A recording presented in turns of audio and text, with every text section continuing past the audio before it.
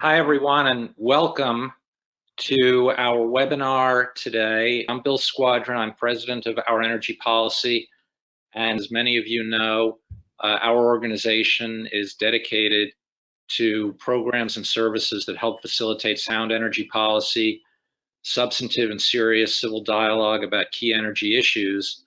And we are nonpartisan and welcome participation from all professionals in the energy space, and we're delighted today to be able to provide to our community nationwide of nearly 2,000 energy professionals this tremendous webinar discussion with former Secretary of Energy Ernest Moniz. And we're thankful for his participation, and also our moderator, Ed Morse, who is the global head of commodity research at Citi Group, one of the great energy economists globally, formerly working with the State Department, International Energy Agency.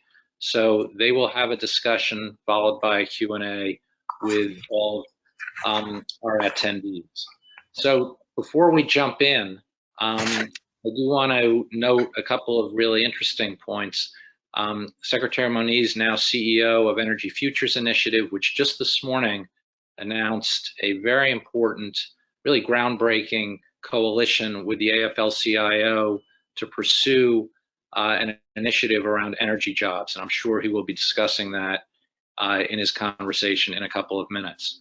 I also want to thank our partners and sponsors, Broadscale, BP, Con Edison, National Grid, Schiff Hardin, and US Grid, for their support for our organization, all of its programs and services, and particularly this webinar series. A couple of quick points for all of you online. We've been increasing the number of online conversations we're having at the OEP website. I'd urge all of you to weigh in, spend some time in those discussions. Increasingly, we're delivering the summaries and points of view that are being expressed to congressional committees and others working on these policy issues. So if you have the chance, please take the time to participate in that. Also, the library on our site, which is called Our Energy Library, thousands and thousands of resources, materials, articles, reports, studies, hopefully to help and support all of you in your work. Please take the time to take advantage of that resource if and when it can be helpful to you. Just a couple of quick housekeeping things. There is a questions tab on the right. If you have any issues with the technical side, you can submit a question to our staff and they'll get back to you and handle those questions. Similarly, there are handouts on the right, one an op-ed piece that Secretary Moniz recently authored, an overview of OEP, so forth, so they're available to you as well. And finally, before I turn it over, we will open up the floor for questions after about 35 minutes of discussion between Ed Morse and Secretary Moniz. At that point, there's a hand icon, and if you click it, that will show that you would like to ask a question, and our staff will recognize you through at least the amount of time that we have for questions, and we'll wrap up promptly by 2 o'clock. And finally, as I turn it over to them, I do want to wish all of you safety and health. I hope you're all managing as well as possible through this difficult time, you know, we wish you all the best. So without any further introductions, I'm going to turn it over to Ed Morse to begin our conversation with Secretary Moniz.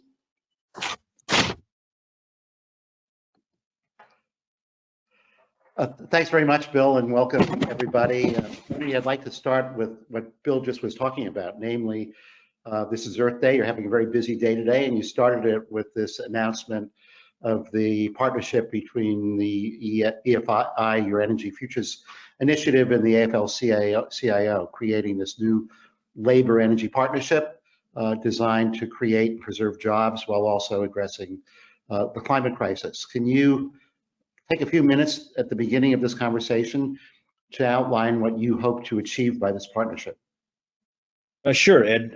And by the way, nice to see you again. First of all, let me just note that when I was secretary, I think we really elevated the game in terms of having labor involved in all of our issues. And frankly, I found them to be terrific partners. So now what we've done is we build on the AFL-CIO 2017 commitment to go to low carbon. With the idea that we have always viewed job creation and the management of the evolution of the workforce in an energy transition to be absolutely critical in turn to get to low carbon as fast as possible. Because if we, frankly, if we have a lot of stranded workers and stranded communities, that will only provide headwinds in terms of where we're going. So the partnership brings us together to jointly initiate workshops, but also analyses that EFI will principally carry out on a variety of issues, from grid modernization and carbon capture and supply chains for offshore wind, and looking at the issue of maybe a new look at mining of the kinds of metals and minerals we will need in the new technologies. A whole set of issues like that provide an analytical basis with also a view to how does that maximize the job situation. Now, of course, today we're in this terrible economic hole generated by the virus lockdown, if you like, and that actually even more emphasizes jobs, because clearly when we start climbing out of this hole, well, in my view, it's going to be a long process, and it's going to need not just returning much of the workforce to their previous jobs, but creating a whole bunch of new jobs. And what we have seen in another part of our work, the annual energy employment report, the energy sector in the early stages of the energy transition has shown itself to generate jobs at roughly twice the pace of the economy as a whole. So we also think in the near term, investing in that energy transition is also a good way to get jobs in the near term, as well as, of course, structure the workforce for the longer term. Thanks for that. On your plan to stimulate job creation in the energy sector, you're clearly focusing both on power generation and distribution on the one hand, and the transportation sector, particularly on the EV side on the other hand. But it appears that the emphasis is mostly on power generation and distribution rather than transport. You kind of indicate this by quoting the Homeland Security Department, saying it is, and I quote, the key enabler of all other infrastructure. So that's where the leverage is. Can you explain exactly why this is the case and what lies behind that statement? Ed, do you mind if I just jump in for 1 second? Mr. Secretary, if you have a chance to click your camera icon, then we can all see you. I don't know if that's possible for you to do. Oh. Okay, I thought I was being seen. Does that work? There Yes. we go. Perfect. Oh, okay, very good. The little detail. So Ed, I'll come back to your question directly, but I do want to say up front that we are very committed to a cross-sectoral view, electricity, transportation, industry, very, very important, agriculture and the like. But your point about the Homeland Security, DHS, let me say that they designated during the Obama administration 16 critical infrastructure sectors. And critical infrastructure was defined as sectors that, if they were significantly disrupted, would just ripple across the entire country in terms of impact. Of those 16, energy, I say energy, not electricity, but energy and communications were singled out as those with special emphasis, because they were the enablers of all the other critical infrastructures to work. So energy includes electricity and fuels. Now, within that, we think electricity does have a special place. For example, another of the critical infrastructure sectors is the financial sector. I think you know something about that sector, and really, from the point of view of the country's operation, those three sectors, energy, communications, and financial, you really have to look at together in order to be able to keep things going. That's one point. Second point is we already see today, and we know also, we understand why it's the case, that electricity is, first of all, the lead horse in decarbonization. The sector is already beyond 30% decarbonization, and many of the large utilities are beyond 40% decarbonization.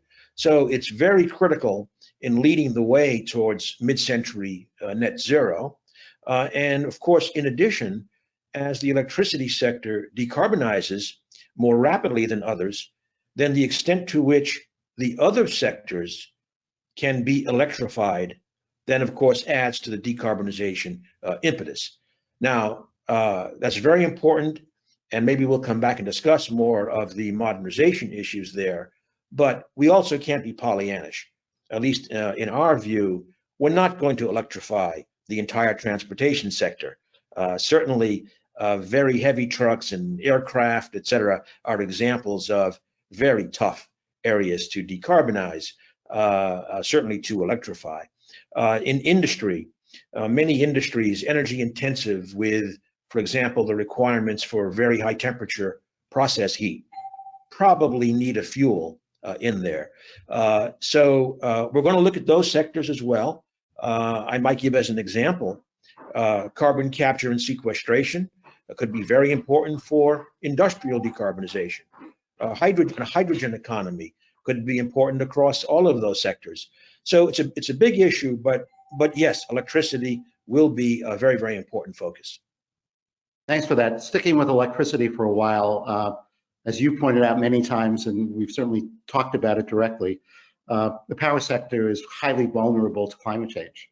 Whether we look at the fires in California recently or tornadoes or flooding. What do you think are the major issues to confront in dealing with power generation and distribution resilience as we confront all these issues? Well, of course, one issue is to minimize global warming and the effects of climate change, the ones that you indicated, and the reality is we already see it, that a lot of utility industry is making substantial investments in climate adaptation. It may not be called that, but that's what it is. And for example, I know before, when I was still secretary, already by then just one utility had already spent well north of $2 billion on rather straightforward stuff, hardening poles and preventing floods in substations. But this is very, very important for resilience. Now, beyond that, in the grid, a major direction certainly is going to come from making the grid smarter.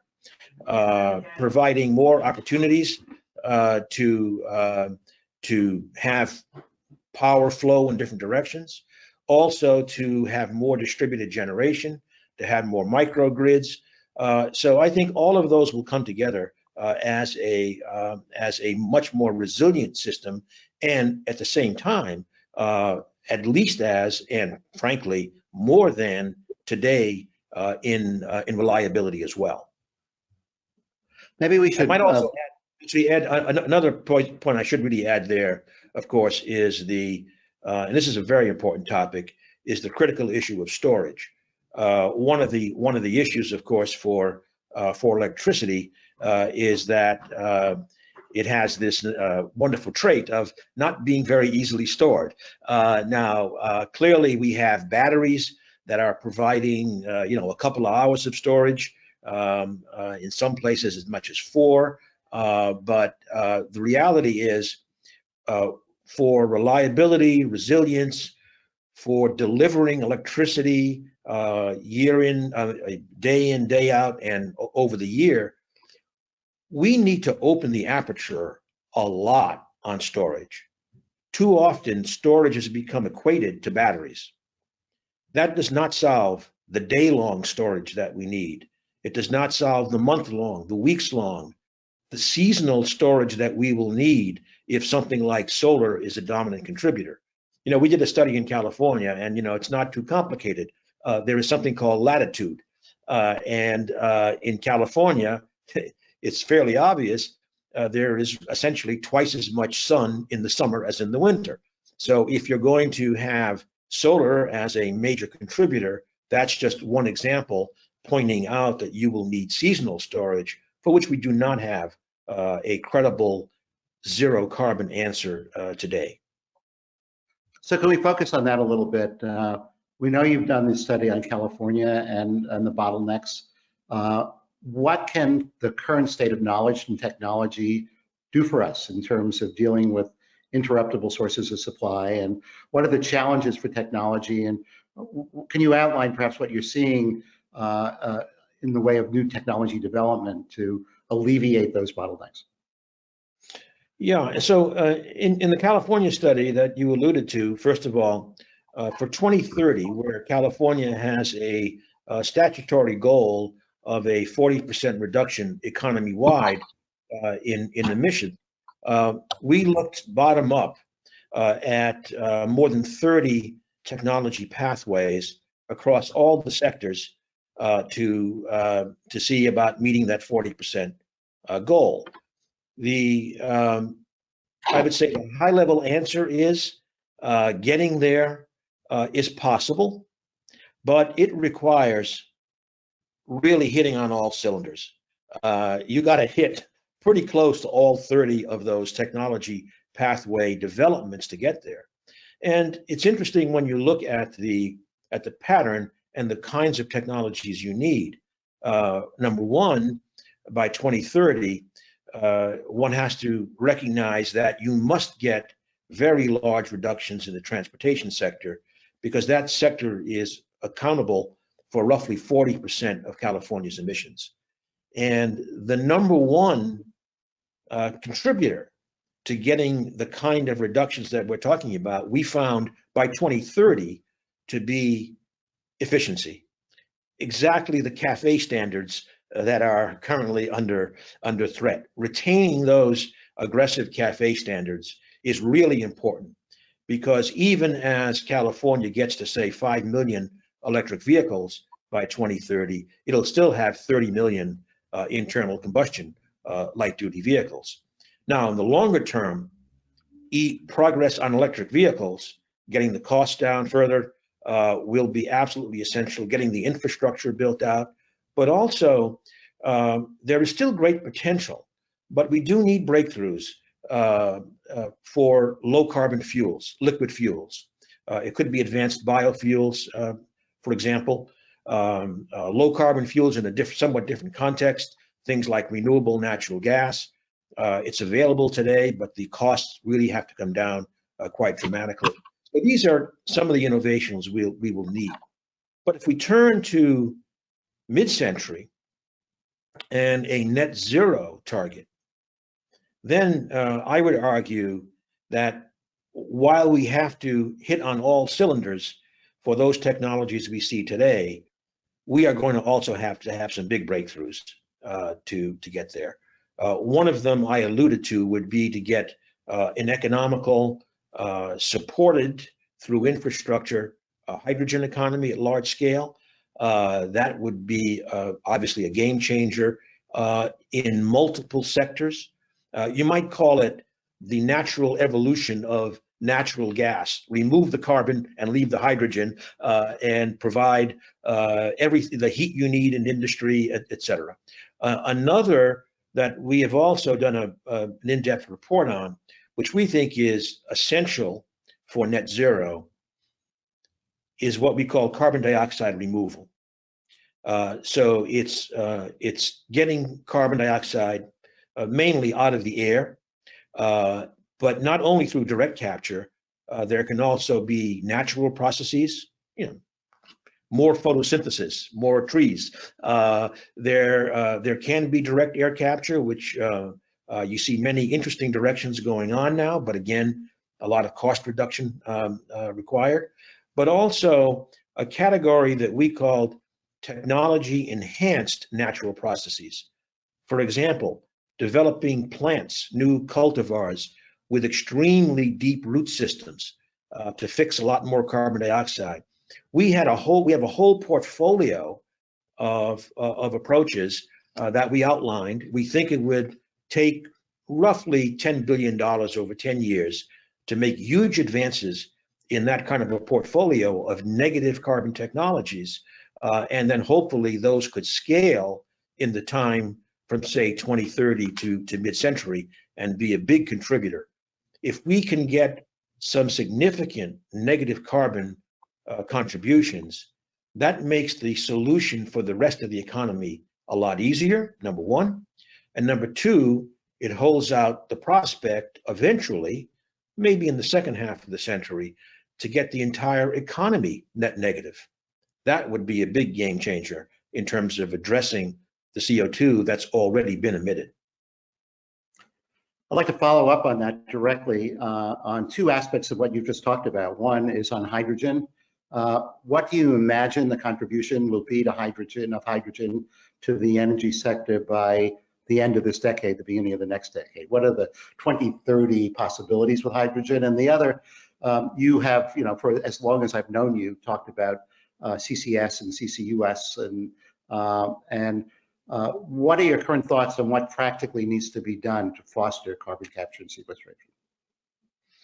Well, you've named two of our ongoing projects. First of all, on the hydrogen side, by 2030, as you say, it's important, of course, to recognize, as you do very well, that the hydrogen utilization is growing at a fairly rapid pace, principally in the oil sector, but what we think needs to happen in 2030, and this is what we want to focus on in the next year or two, is what are the policy levers and the incentives that should be put in place to broaden the market now for hydrogen's penetration into the economy, to start establishing those markets, because as you know, it's also chicken and egg for getting the infrastructure going. Now, and that means looking at hydrogen in the industrial sector. It looks at hydrogen in parts of the transportation sector. It also, of course, can play a direct role in the power sector. Turbines are being developed that can combust hydrogen, for example, presumably low or no carbon hydrogen. Now, there's also a linkage of the two areas you pointed out, hydrogen and CCS, because right now, the hydrogen, by far the most economical way to make hydrogen is by steam plus natural gas, and that's what's being done. But that emits CO2. But there's also a project, DOE helps support it in Texas, where that kind of a hydrogen facility is also having the carbon dioxide captured. And in that case, in Texas, used for enhanced oil recovery, sequestration in one way or another. I think that as we look at trying to make the technical conditions real for electricity splitting of water to make hydrogen, I believe once again natural gas will be an important bridge through this hydrogen plus CCS approach. So that's an example where, again, getting the CCS established can actually literally give us a bootstrap up to what eventually could be a new and critical industry for our longer term goals. I just add one other thing there, and if I may, to go back to our original discussion about jobs and workforce. Now, clearly, well, of course, today, an area you know very well, the oil industry is in quite some turmoil, to put it mildly, and one expects to be seeing enormous numbers of job losses until the economy and the demand side recovers. But you can also ask the longer term question, Well, if oil demand gets significantly less as we go to very, very low carbon by mid-century, is that a stranded workforce? If we have, not just for the reason I gave earlier, but more broadly, for power plants, for industrial facilities, if we have a very, very large CCS industry, which, as you know well, to make a major impact, would have a scale not unlike the oil industry of today. That set of activities also calls for a large overlap. It has a large overlap with the skill set in the oil industry. So that's an example of where you can see a workforce could transition relatively smoothly to the low carbon economy, in that case with a major CCS activity. So these things, I guess my real point is these things are all linked together, and we need to have kind of a coherent, systematic, sensible policy that also manages the transition to manage the carbon, but also to manage the social impacts, to manage the jobs, et cetera, that we will need to accelerate the transition by creating political tailwinds. That's going to be a segue into my last question, actually, and that will be the question after which we'll open it up to others to ask questions. But on the job creation side, do you think, as a practical matter, given the nature of legislation in this country, that we can have legislation to support the objective of creating jobs in the new world of energy, the energy transition, without actually looking at the distress that the industry, the oil and gas, the fossil fuel industry is in now? Do the two have to come together to get something going through the legislation on the main objective of what you signed up for this morning? Well, of course, what I just gave was an example over time of that problem being addressed. Let's say with a large CCS industry coming into being. Now, in the near term, if you're addressing the near term, that's a different issue. Although there are different definitions of near. So for one thing, let me just say that again, in our California report, we saw carbon capture and sequestration being a major contributor to California reaching its 2030 goal, not 2050, but 2030. That's there to be had for both some of the power plants and for some of the industrial facilities. And by the way, there is, of course, a very important tax credit. It's called the 45Q tax credit. Many of the listeners probably know about that. And it is there with significant incentives to do CCS if the projects start by 2024. So bringing all this together can really give a jump start here. Now, if near term means over the next year, well, that's a different question. And there are certainly some levers that I think make a lot of sense. For example, the Department of Energy has already got a request for proposals out there in terms of using the substantial unused capacity in the Strategic Petroleum Reserve to offer it to take essentially oil off the market. The way we would do that is the way the department is doing that is actually the inverse of something that we did back in 2000. And I recall your helping us with that. At that time, the markets had a very different condition where the futures price was well below the current price.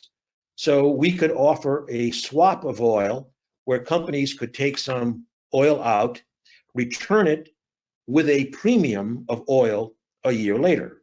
And that made sense with that market structure. Today, we have the opposite. We have the futures, let's say the year ahead price, with a very large spread to today's prices.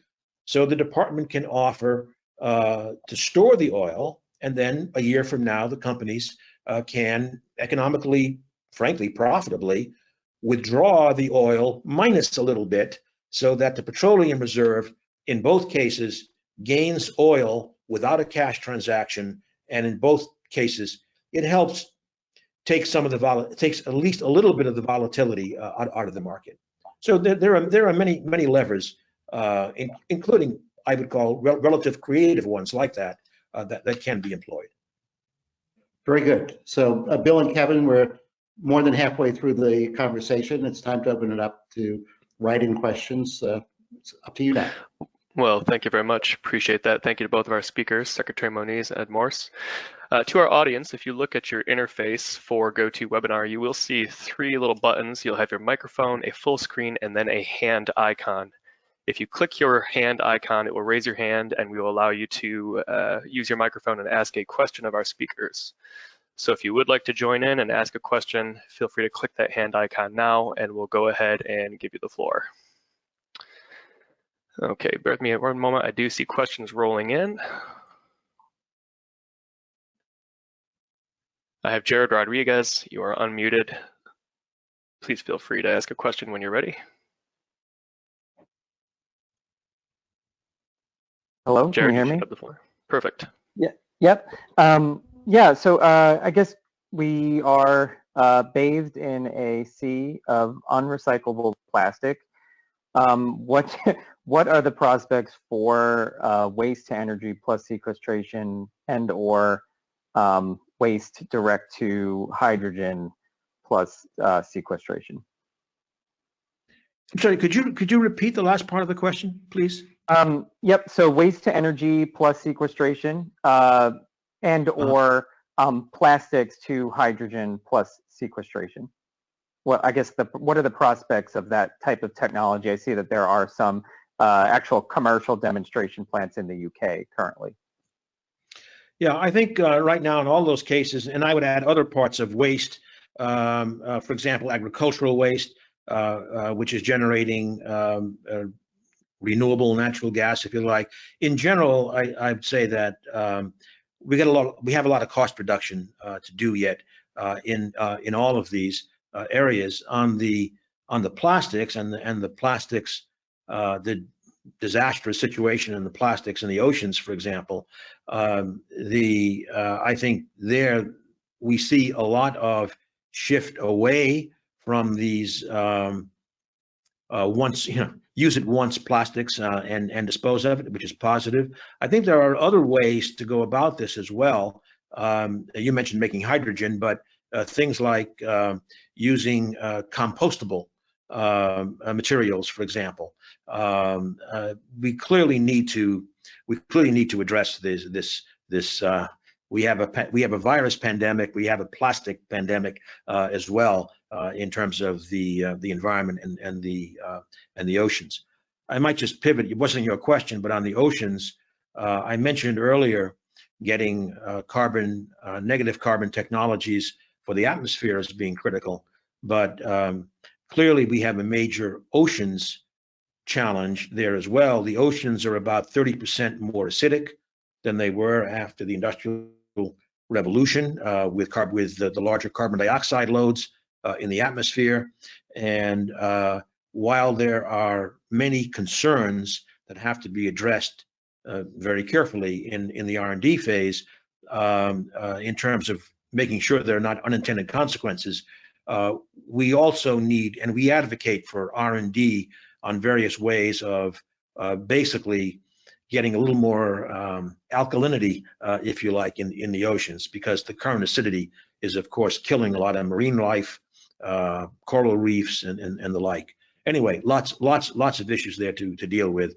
But in terms of your question, again, the one thing I would say is cost reduction. All right, thank you very much. Again, if you do have a question, please raise your hand and keep your hand raised, and we will get to you as time permits. Rob Watson, you are unmuted. You do have the floor when you're ready. Okay, thanks so much. Secretary Moniz, thank you so much for sharing your terrific ideas with us. Those of us who've been in the energy efficiency field a long time know that it makes a lot more sense to invest in the demand side than on the supply side, and that clean energy creates many times more jobs than conventional sources. My question regarding the electricity backbone that you mentioned is, I think one of the big barriers to getting more engagement is the regulatory structure. I'm curious what sorts of reforms you would recommend to our 50-state PUC, PSC structure, and how might we incentivize them to ensure that regulated utilities make investments that encourage demand side efficiency and more job creation compared to more central policies that we've seen so far. Well, so I'm really pleased that you raised the issue of energy efficiency because we have frankly always put that at the front of the list in terms of what we need to do. We mentioned it with CAFE standards, but obviously with buildings and appliances just across the board, in industrial, especially the trade exposed energy intensive industries, efficiency is so critical. In fact, I can't resist going back and saying that during the Obama years, just the energy efficiency standards put forward by the Department of Energy projected to 2030 would have a cumulative impact of over 2.5 gigatons of avoided CO2 and over $500 billion of avoided consumer bills. So this really does add up for both customers and budgets, and for the for the climate. So absolutely critical. Now, if I may also continue on that a little bit, and I'll get to the regulatory structures, but we have advocated that efficiency could play a very important role in perhaps the next stimulus package. Again, our arguments rest on the fact that first of all, we have 2.4 million jobs in energy efficiency in the United States. It's a big number and it's growing. It's again way outperforming the economy in terms of growth. So it's a good place to invest.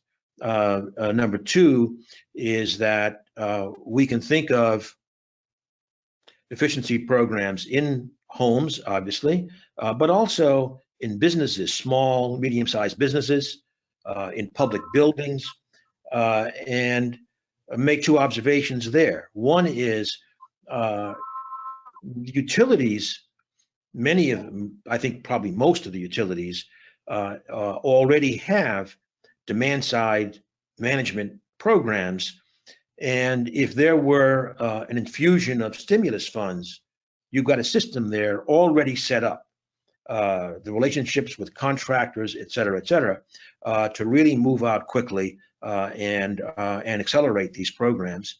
And a second point, getting a little more granular, is that if you think about getting workers out there now, certainly while we're still with the coronavirus to deal with, and we don't know how that's going to go over the next year, but there clearly is, at least at the moment, a reluctance, let's say, to put workers into residences for obvious reasons. On the other hand, if you think about small and medium-sized businesses, if you think about public buildings, these are places where, by and large, even in normal times, they have many hours of the day where there essentially aren't people there. And so even in the current situation, we could be moving out right now and putting people to work and getting these energy efficiency upgrades done. And personally, we like the idea of using the utility structures that are already in place in order to move fast. Now, clearly at the regulatory level, it's important that the commissions not only support the utilities doing that, but provide the regulatory structures in which there is, let's say, some cost sharing or profit sharing from the efficiency work, so that the utilities are, it's the old argument, are not getting paid to have less product. They should be being paid to advance efficiency in a way that makes sense for the system as a whole. Regulatory structures is a bigger issue. There isn't time to go into great detail, but I believe that to some approximation, our regulatory structures are kind of broken in terms of not matching the demands of the clean energy economy, the net zero economy we're heading towards. There are a bunch of reasons, but certainly the current structure in the organized markets was not designed to handle zero marginal cost technologies. We need to think about how to put together, let's say, an electricity system that has the right mix in terms of base load, in terms of wind and solar, obviously, the demands on the system with some degree of base load, for example, is absolutely essential. We're going to have to find ways in the regulatory system to really reward and incentivize storage at all time scales, as I mentioned before. And on another quite different issue, in the Quadrennial Energy Review 1.2 that we published in January of 2017, the very end of my tenure as secretary, we noted that there was a particularly difficult new problem that simply did not match the kind of state-by-state regulation that we have on the distribution side, and that is cybersecurity. For cybersecurity, we made the very, very difficult, and we knew it would be extremely challenging suggestion that the Federal Power Act division of federal and state responsibilities really needed to be changed, at least in the area of cyber defense. Sorry, that was a long rambling answer, but that was an important question. Well, thank you very much for that. Again, just want to mention, if you do have a question you'd like to ask, please raise your hand. We'll go ahead and move on to the next question here. Recognizing Pat Staplesley. Terrific. Thank you very much. And thank you, Secretary Moniz. We are looking forward to honoring you as our climate champion at our conference in October. Fingers crossed we can actually hold it. Thank you for doing this. It's lovely to hear you and see you.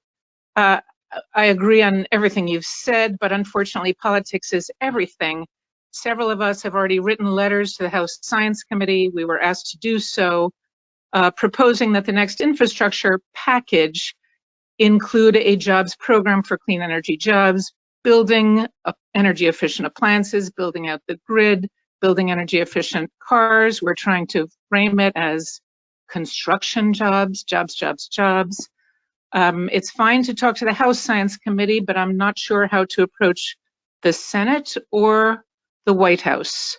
Perhaps your affiliation with the AFL-CIO could help all of us to get our voices heard. Is there something you can suggest the climate leadership people do in order to convince this White House to do the right thing? Well, I think first of all, as we've seen, I don't want to get too deeply here into the political world. We can do that in October on the side. But I think that it's been shown that there is a real negotiation going on between the administration and the Congress, and including the both sides of the aisle, and the Treasury Secretary leading those negotiations. And I think that in this bill, that just was, or is I guess not quite passed yet, that's in process, past the Senate, that was reflected in priorities of both sides of the aisle being reflected in there. I am hopeful, and I hope you will succeed, and we'll be rowing in the same direction, that the case will be pushed in the next stimulus package, which is probably going to be another bigger one. The arguments are if you saw the op-ed, I think it was posted here. That's fundamentally the argument that we use. Again, that the energy sector has shown itself, its data, that it is a strong job generator in this energy transition. We have the AFL-CIO, we have organized labor explicitly on board with this, which I think is a very, very powerful ally, and obviously with very, very strong interest in seeing this come out successfully. So I just think it's going to require a continued broad technical support and educational activity with the Congress, bicameral and both sides of the aisle. I'm optimistic that we'll get there. Certainly in our agreement with the AFL-CIO, we will be, again, trying to produce analytically based pieces that make the case for low carbon and good clean energy jobs at the same time. Great, thank you very much. I'd like to move on to our next question, recognizing Nikki Roy, if you're available.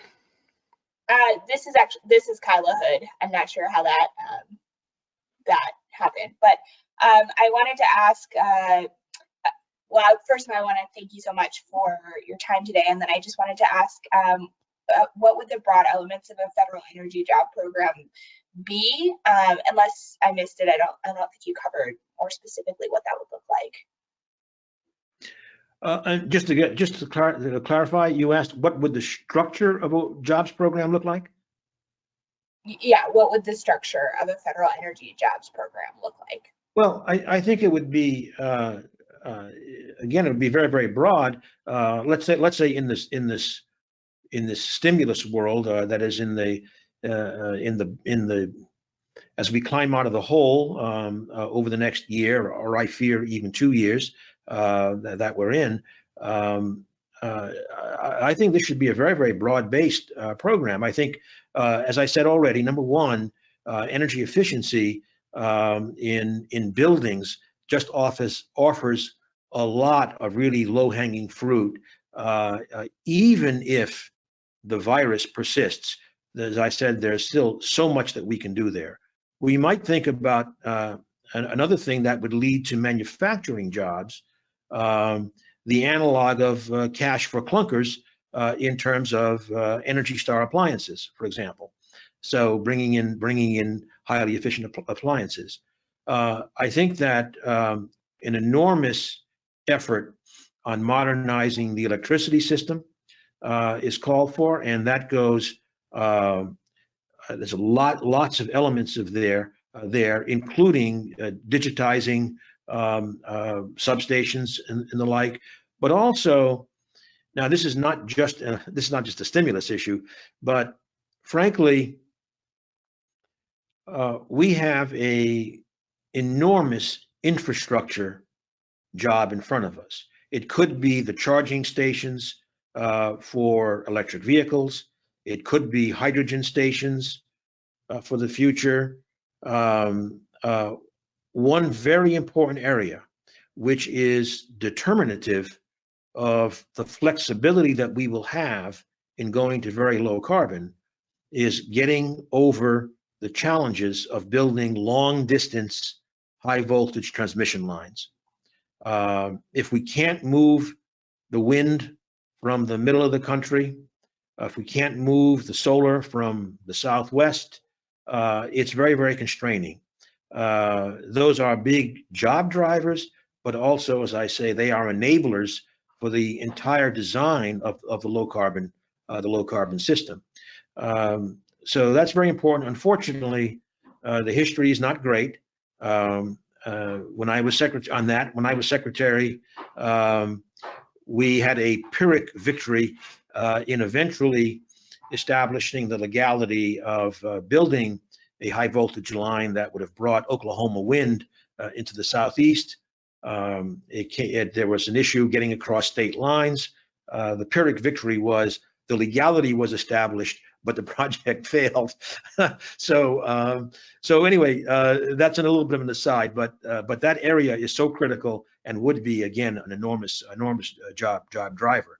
But of course, I don't want to stay only in electricity.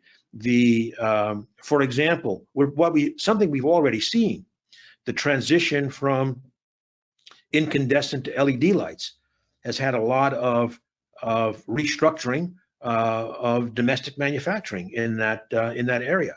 But another one will be obviously the vehicles of the future, both light and heavy duty, and we are seeing some interesting signs, in particular with the current automakers all planning to come out with new EV models, retool their factories, retool their supply chains, the virus now may be a little bit of a bump in the road, frankly, for the next year, but that's a clear example of pushing that just benefits, I think, all around.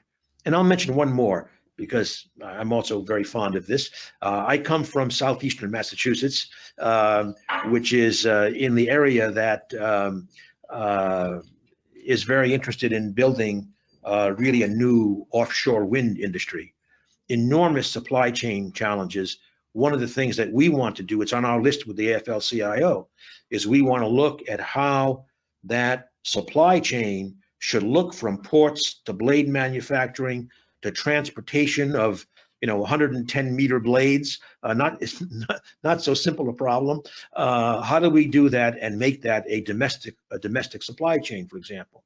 So there's a tremendous job opportunities here. And I think the energy workforce will be expanded greatly with this low carbon transition.